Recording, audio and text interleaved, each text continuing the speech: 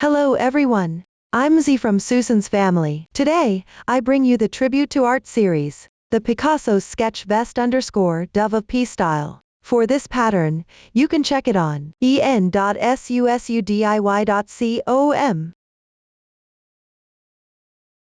The vest includes the front piece, back piece, and collar. Start with knitting the front and back pieces, and then join the shoulders together. Then sew the sides of the front and back pieces together separately.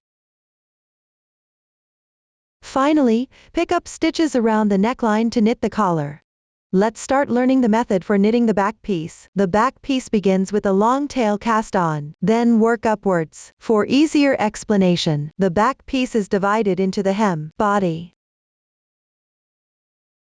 underarm, and shoulder parts. The hem is worked entirely in garter stitch without increasing or decreasing for the remaining sections on both sides. Part of the stitches should be worked in garter stitch. The middle section is worked in stockinette stitch. The body continues to be worked even without increasing or decreasing. Decrease stitches at the underarm and neckline areas. For the shoulder part, use short rows to create a sloping shoulder. It's important to note that, due to individual differences in tension, the size of the fabric pieces may vary. Before starting the actual knitting, you can knit a gauge sample. Measure your tension. The method for knitting the gauge sample is explained in a separate video. Refer to the chart for the gauge sample diagram. After measuring, follow the video instructions to make adjustments before continuing to knit. Do not cut the yarn after finishing the gauge sample. Remove the sample after measuring and adjusting. The yarn can be reused. First, knit the hem. Before knitting, start with a long tail cast on. Make a slip knit with the yarn tail. Hold a straight needle in your right hand, or one end of a circular needle. Insert into the loop. Slightly tighten. This is the first stitch. Hold the two strands of yarn with your left hand. Place your thumb and index finger between these two strands. Note: the strand connected to the yarn ball should be placed over your index finger. The long tail end should be placed over your thumb. Straighten the yarn. Insert the needle from the bottom up through the loop on your thumb.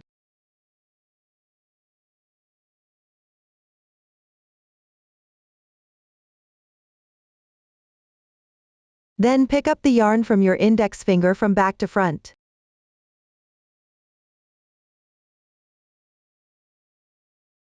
Draw the yarn through the loop on your thumb.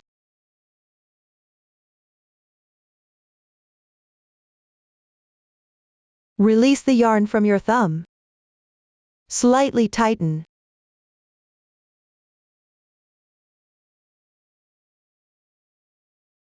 This is the second stitch. Next, start the third stitch. Straighten the yarn. Insert the needle from the bottom up through the loop on your thumb. Then pick up the yarn from your index finger from back to front. Draw the yarn through the loop on your thumb.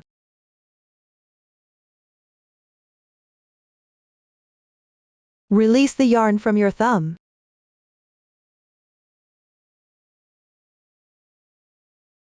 Slightly tighten. The third stitch is now complete. Continue to start the fourth stitch. First, insert the needle through the loop on your thumb. Then pick up the yarn from your index finger.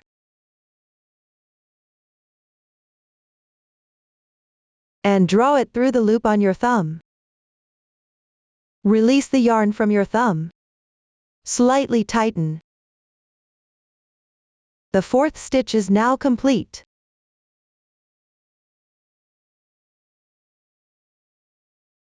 Note: the yarn connecting to the skein should always be hooked on your index finger. The reserved yarn should be hooked on your thumb. Make sure not to switch their positions. Repeat this process to continue casting on.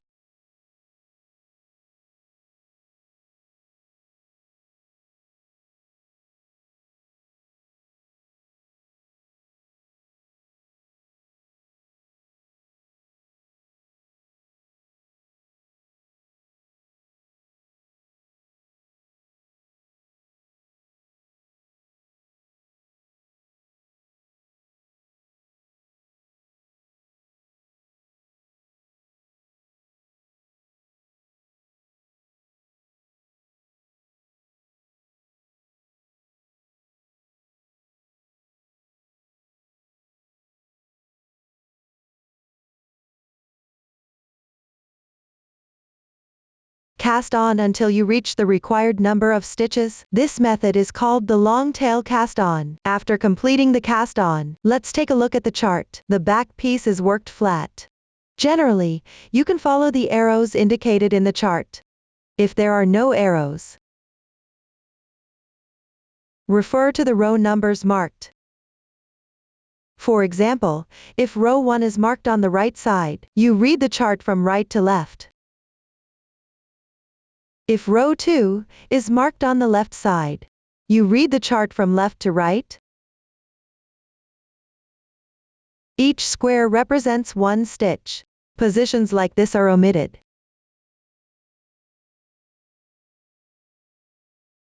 Blank squares indicate knit stitches. So for row 1, you knit 1 by 1 accordingly. You knit each stitch as indicated. So for row 1, you knit 1 by 1 accordingly. Begin working row 1. The sample swatch has fewer stitches here, so we will focus on explaining the method. Hold the other needle with your right hand in a pen gripping posture, or the other end of the circular needle. Wrap the yarn once around your right little finger. Gently pinch the yarn between your ring finger and middle finger. Place the yarn between your index finger and middle finger. This is the basic posture for knitting.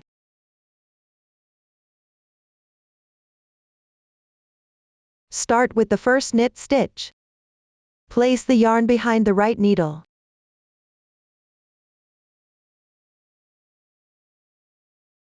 Then insert the right needle from left to right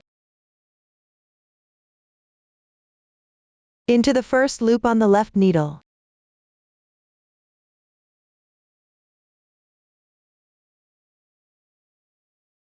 Yarn over. Draw through. At the same time, release the loop from the left needle.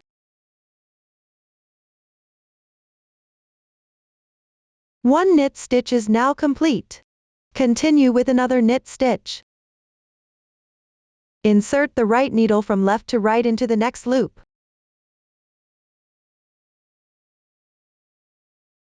Yarn over and draw through.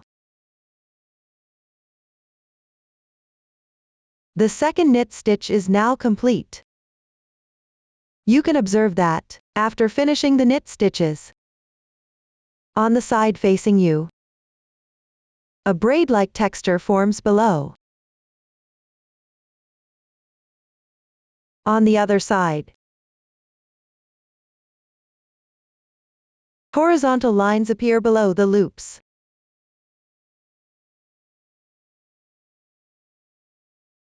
Continue to knit 1 by 1 accordingly. Finish this row.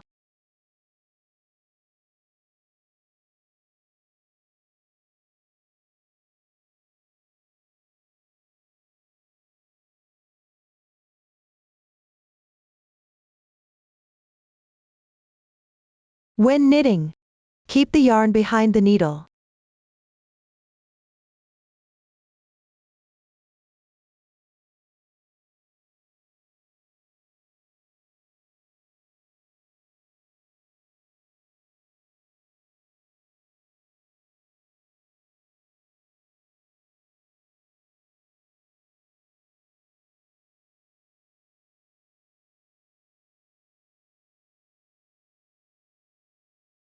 Now I have completed the first row. This serves as the right side of the piece, meaning the right side is facing you, with the cast-on tail at the bottom right corner. Continue to work on the second row. We will work this row on the wrong side. Refer to the chart from left to right. Where the chart shows horizontal symbols, this indicates a purl stitch. Since the chart shows the texture of the right side of the piece, you need to work the opposite stitch pattern on the wrong side. Therefore, knit all stitches. Finish this row.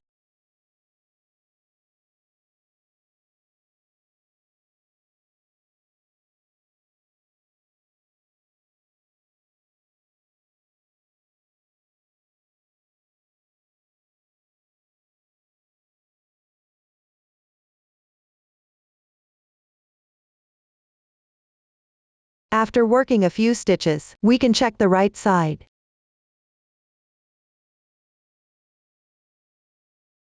Here is the purl texture.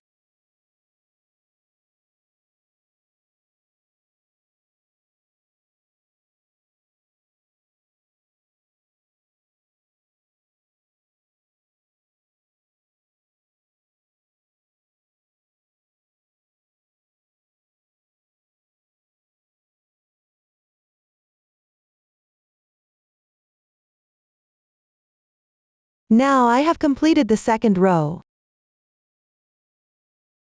The waffle stitch pattern involves knitting every row. This results in one side having a pattern where a row of knit stitches alternates with a row of purl stitches. Now I have worked a few more rows. You can count the rows. After completing a wrong side row, turn the piece so the right side is facing you. This means the starting tail will be at the bottom right corner. Count the horizontal lines in any column. One horizontal line represents 2 rows. The horizontal lines down here are formed by the foundation chain. Let's start counting from here. 1, 2, 3. There are 3 horizontal lines here, which means 6 rows have been worked. Next, refer to the previous demonstration and continue to follow the chart. Finish the row count corresponding to the hem. You can also knit to approximately the right height. The row numbers are just for reference. Note that the last row of the hem is worked on the wrong side. That concludes the hem section. After completing the hem, continue upwards to knit the body. On the right side of every row of the body, knit all stitches. I have already completed the first row here. On the wrong side of each row, the first and last 7 stitches are all knit stitches. Therefore, you can mark the first and last 7 stitches separately.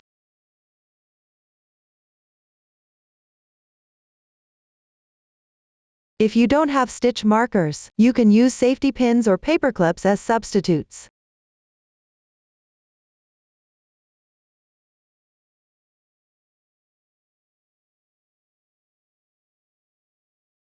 The middle stitches are all purl stitches. Let's finish these 7 knit stitches first.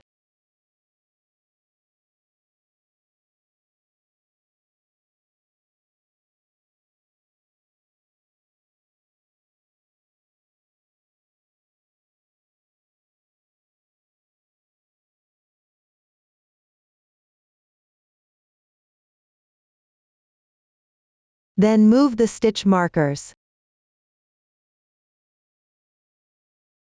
Continue with purl stitches in the middle. Before purling, bring the yarn to the front of the needle.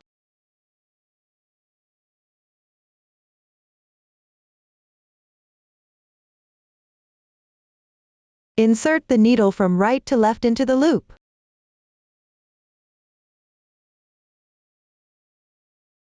Yarn over. Draw through. 1 purl stitch is completed. After finishing, you will notice that On the side facing you, below the loops are horizontal lines. On the other side, below the loops is a braid.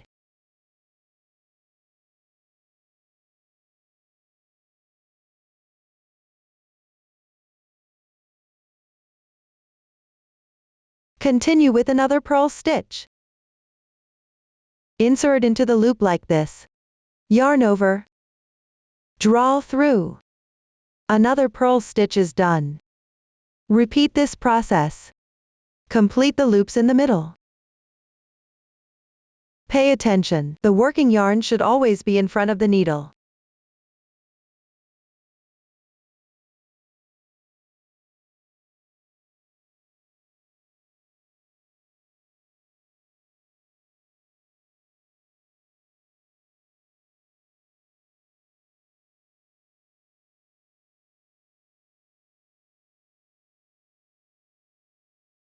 After finishing, transfer the stitch marker to the right needle. The remaining 7 stitches are knit stitches again.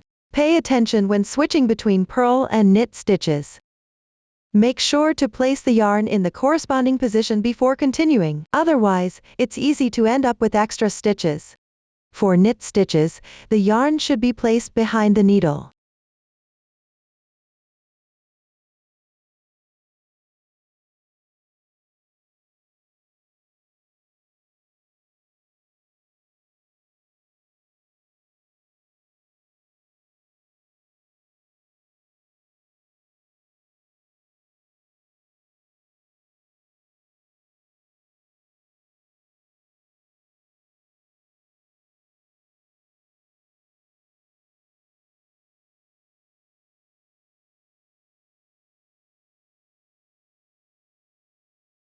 Now I have completed the second row.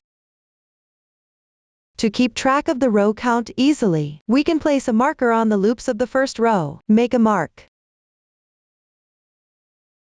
The loops on the needle are from the second row.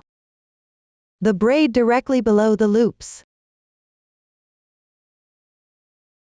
is the first row.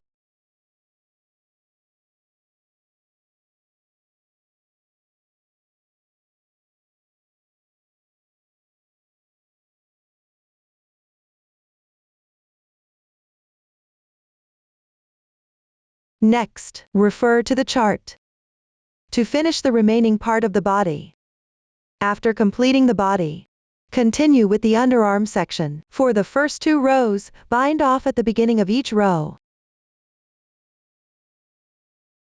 On the right side, you'll be knitting and binding off at the same time.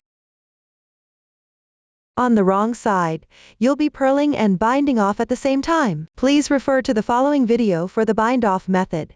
I will explain the method using this small swatch. At the beginning of the first row, you need to bind off several stitches in a row. Refer to the chart for the exact number of stitches. The number of bind-off symbols indicates how many stitches you need to bind off. Here, I need to bind off 4 stitches in a row. If you need to bind off a larger number of stitches consecutively, we can start by separating the stitches with a stitch marker.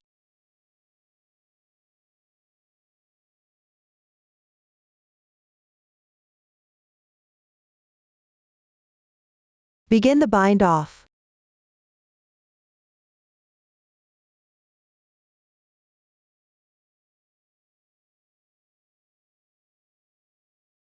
The first stitch can be a slip stitch, or you can knit it. Here, I will do a slip stitch. Then knit 1 stitch. Next, pass the first stitch over the second stitch.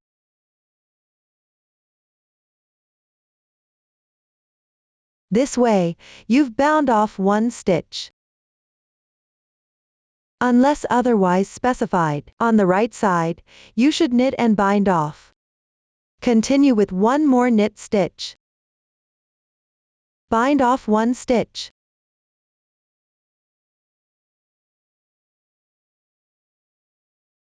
Continue binding off while knitting the stitches. Keep going until there is only 1 loop remaining on the right side of the marker.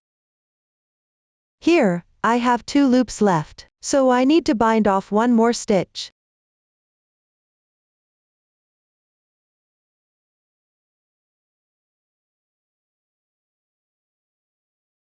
Now there is only one loop remaining on the right side of the marker. This is the loop from the fourth stitch. We need to bind off this stitch as well.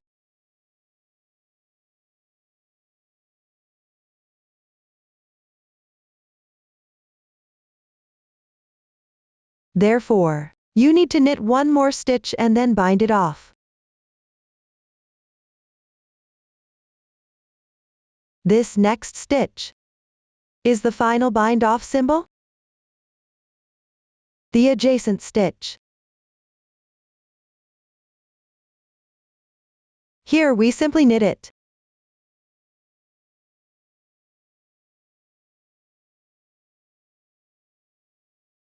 Pay attention, as different motifs may have different stitch techniques. This stitch should be worked following the chart. After finishing, bind off the fourth stitch as well.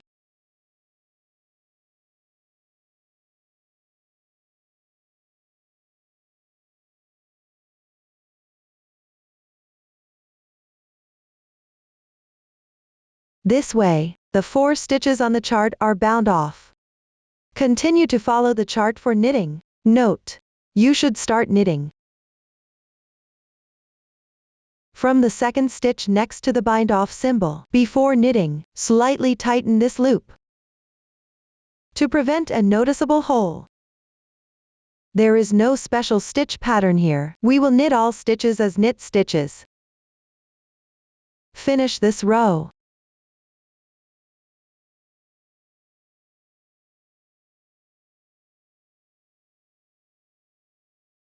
Now, we have completed the first row.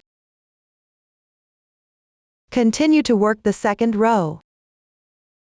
We will work this row on the wrong side. Also, bind off the first 4 stitches at the beginning. Separate them with a stitch marker first. Start binding off. Similarly, you can slip the first stitch, or you can work it as a purl stitch. Here, I will slip the first stitch. Then work 1 purl stitch.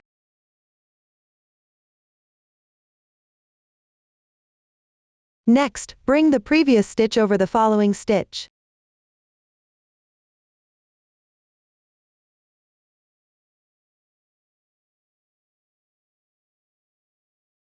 This way, you have bound off 1 stitch. Continue with another purl stitch, and bind off another stitch.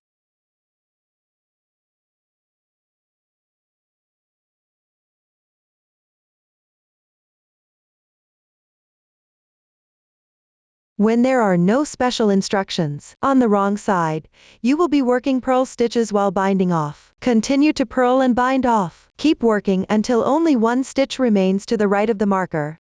Here, we will bind off 1 more stitch.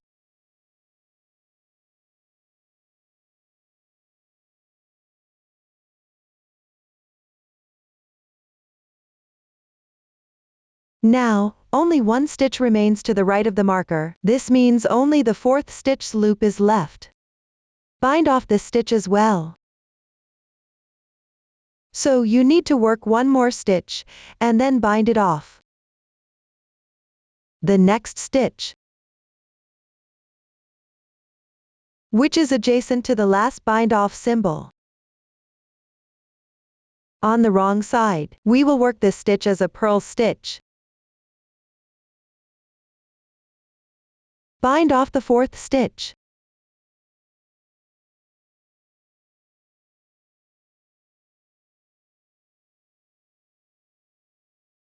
In actual knitting, the specific stitch technique for this stitch should refer to the pattern chart. This way, the 4 stitches shown in the diagram will be bound off. Continue following the chart for knitting. Pay attention. The next step should be to start knitting from the second stitch next to the bind off symbol before you start. This loop should be slightly tightened.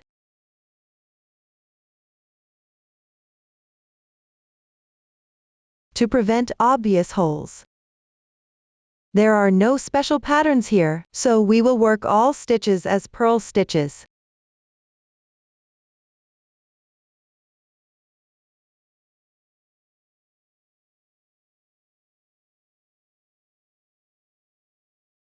Now, we have finished the second row. After you finish the first 2 rows, starting from the third row, for some row numbers, when knitting on the right side, you need to decrease 1 stitch on each edge. On the right side, this means working SPO, right upper 2 stitches together. After completing the decreases, continue working even on the upper rows. Please watch the demonstration of these 2 decrease methods. First, let's learn knit 2 stitches together, K2 tog, also known as left upper decrease. When knitting, insert the right needle from left to right, through both of these loops.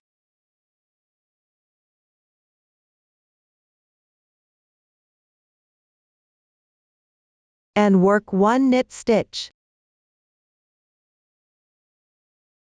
This completes the left upper decrease. You can see that the left loop is above the right loop. For knit 2 stitches together right leaning, K2 tog right, also known as right upper decrease. When knitting, first slip 1 stitch from the left needle to the right needle as if to knit, then knit the next stitch. And pass the slipped stitch over the knitted stitch. Then, use the left needle to pick up the unworked stitch. Lift it over the knitted stitch, and off the right needle. The right upper decrease is now completed. You can see that the right loop is above the left loop.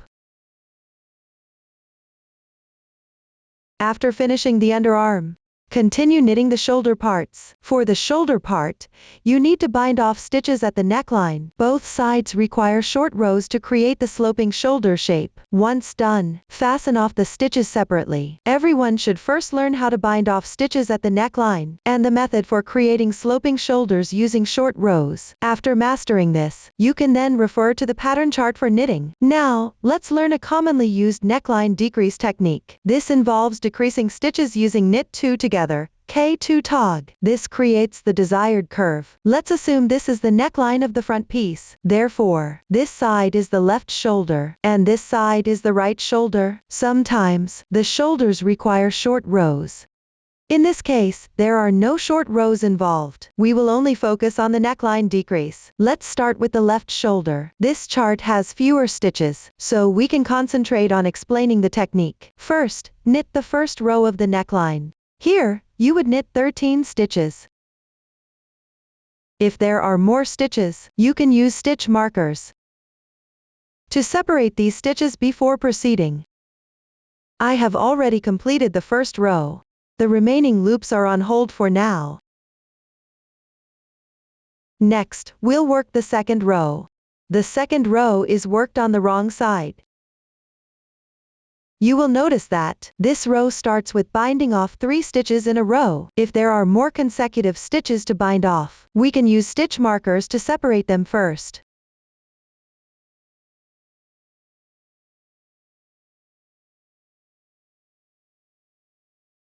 Let's start binding off. Begin with a slip stitch. Then work 1 purl stitch.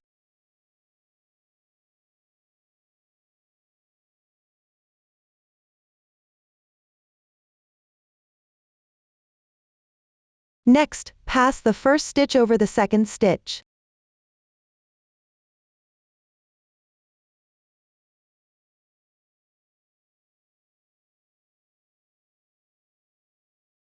This binds off 1 stitch.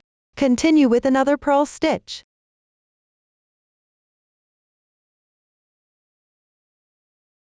And bind off another stitch.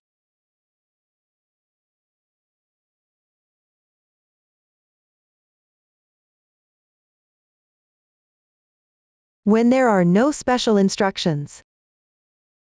On the wrong side, you will be working purl stitches while binding off. There is one stitch remaining to the right of the marker. This is the loop of the third stitch. We need to bind this stitch off.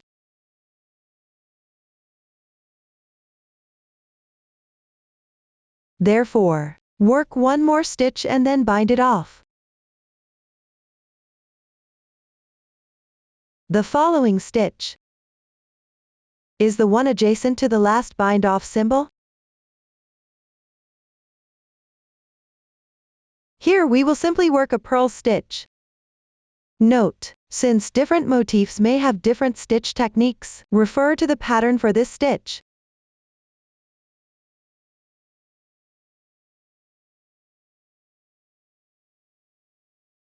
After finishing, bind off the third stitch.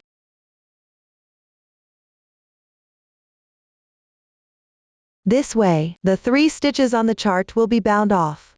Continue to follow the chart for knitting. Note, the next stitch should start from the second stitch next to the bind off symbol. Before stitching, slightly tighten this loop to prevent obvious holes.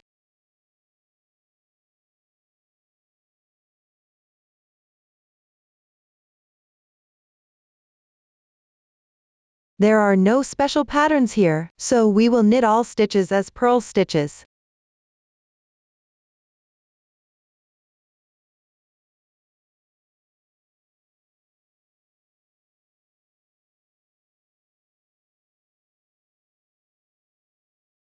Now, we have finished the second row. Next, work the third row, refer to the chart, and knit all stitches as knit stitches. I have completed it. Continue to work on the fourth row. Here, just decrease 2 stitches at the beginning. The method is the same as in the first row.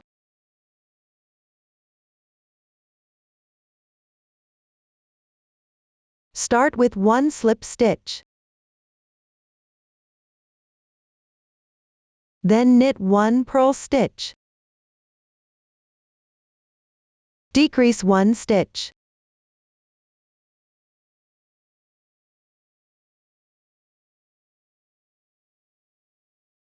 Continue with another purl stitch. And decrease 1 more stitch.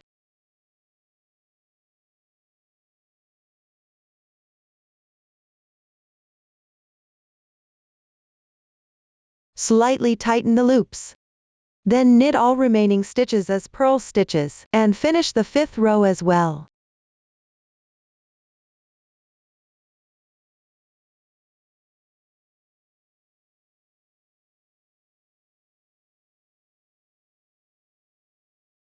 Now, I have completed the 5th row. Continue with the 6th row.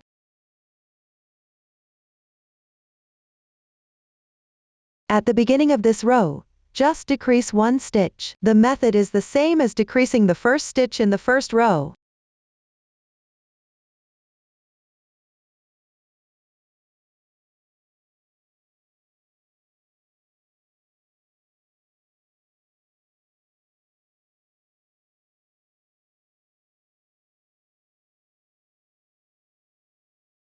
After that, knit all remaining stitches as purl stitches.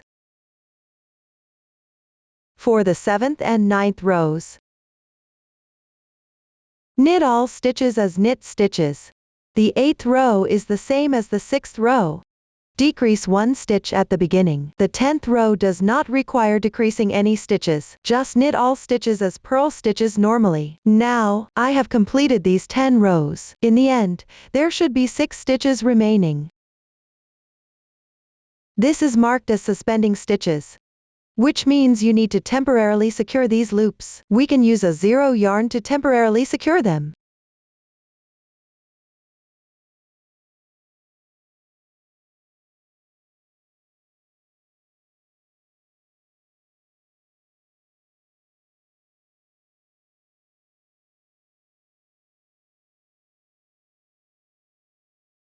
If there are no special requirements for the yarn tail, leave about 15 centimeters and then cut.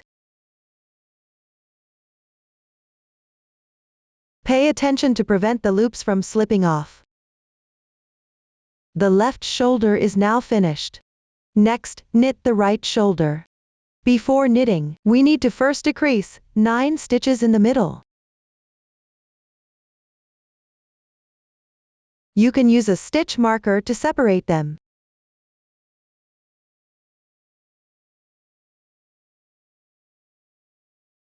Pick up the new yarn. Make a slip knot with it. And slightly tighten the loop.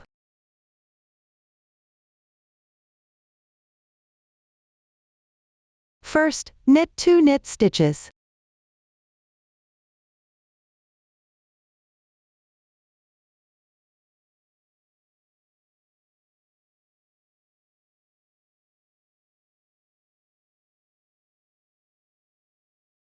Then decrease 1 stitch.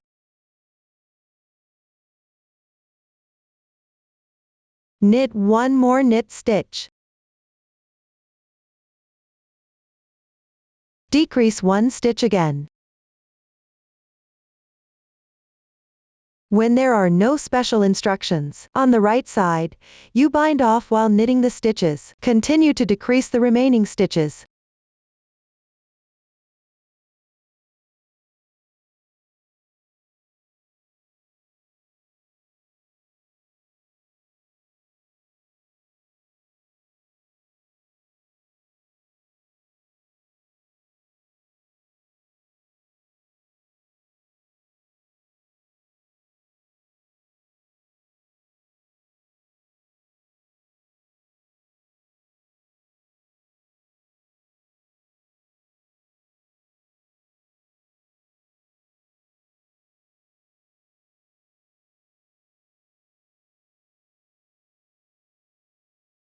Similarly, be mindful that, when decreasing the last loop,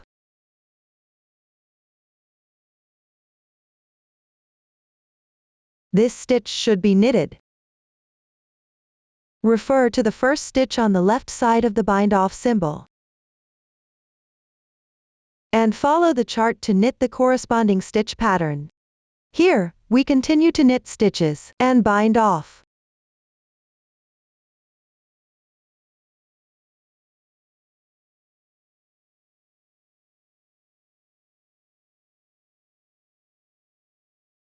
After completing this, start from the second stitch and finish the row.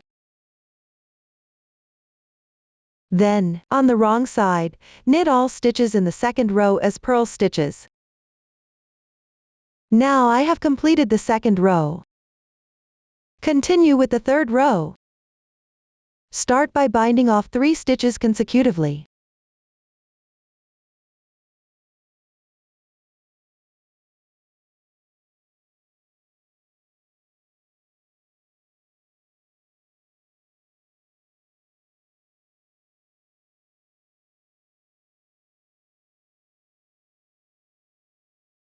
You can begin with 1 slip stitch and 1 knit stitch.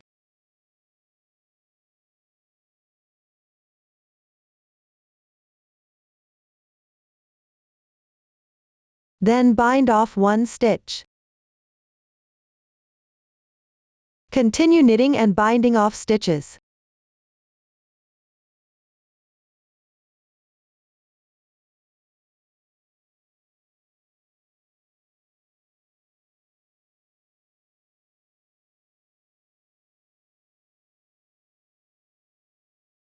Now, the 3 stitches have been bound off. Continue to finish the third row and complete the fourth row.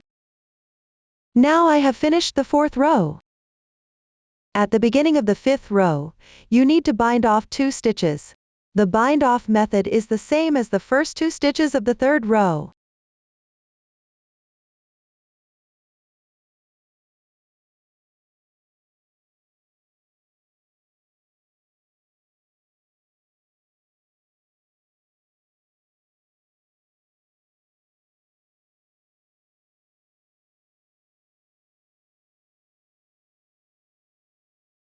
For the 7th and 9th rows, start by binding off one stitch. The bind off method is the same as binding off the first stitch of the 3rd row.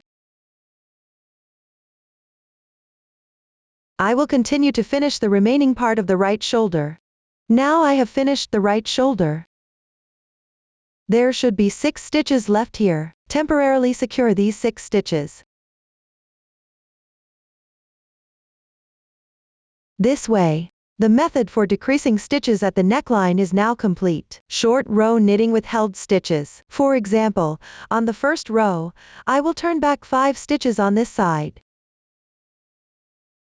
That means I knit normally until there are 5 stitches left. Then I stop knitting. I have now completed the first row. Turn the work. Continue with the second row. Start the second row with a double stitch, slip stitch with a knot.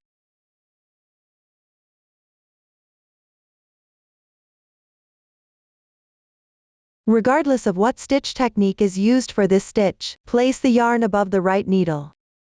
Slip the first stitch. Then pull tight the yarn. If the next stitch is a purl stitch, you need to wrap the yarn around. Bring it above and then purl. If the next stitch is a knit stitch, you can knit directly. Here, I am purling on the wrong side.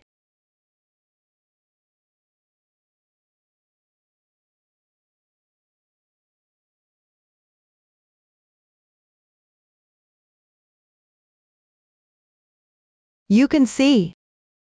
For row 2, turn the work short by 5 stitches on this side. That means stop knitting 5 stitches before the end.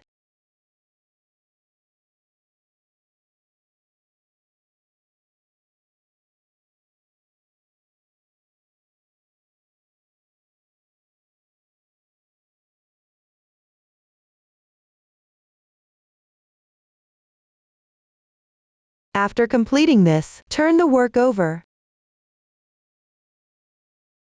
Continue with row 3.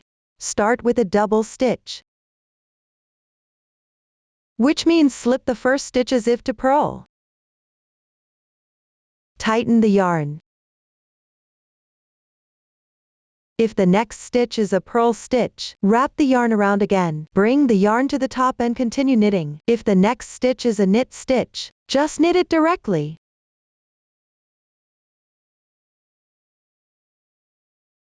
Here I am knitting a knit stitch. Sometimes the number of stitches for each short row is the same, but sometimes it varies due to patterns or other reasons. The number of stitches for short rows can differ. You need to follow the chart instructions specifically. You can see that at the end of row 3, you need to turn short by 3 stitches.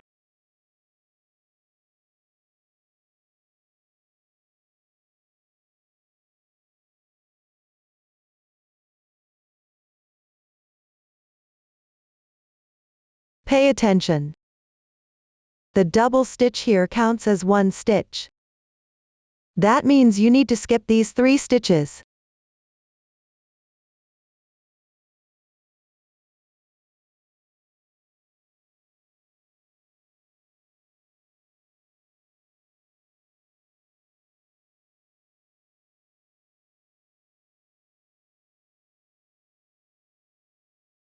Now, row 3 is completed. Row 4 also involves turning short by 3 stitches at the end. Similarly, this double stitch counts as 1 stitch.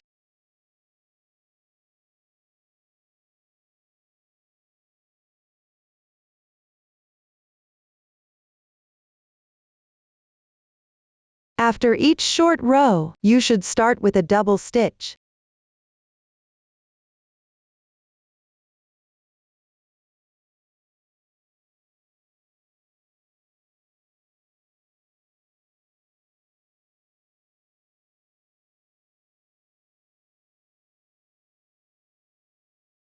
Now, row 4 is completed. Sometimes, you need to shape the neckline in the middle while doing short rows. You can refer to the chart for actual knitting. I will continue to complete the rows that require short rows in this chart.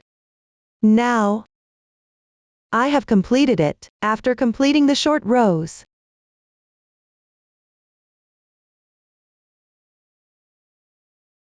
it corresponds to the third to last row in the chart. Next, we need to decrease rows. That is, row 9 here. First, decrease rows on this side.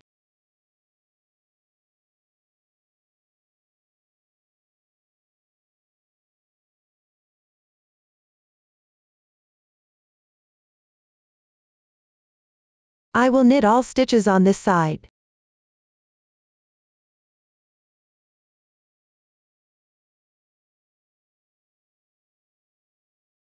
When you encounter a slip knot, treat it as one stitch and knit it.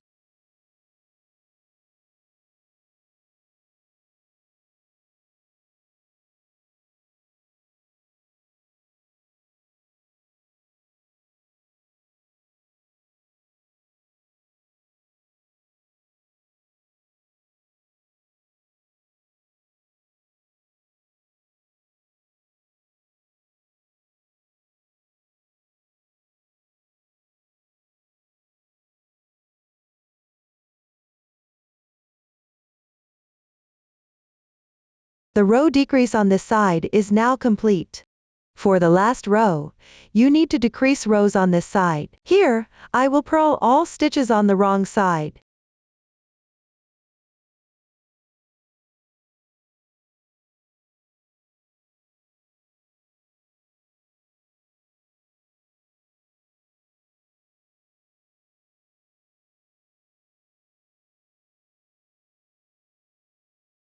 When you encounter a slip knot, treat it as one stitch and purl it.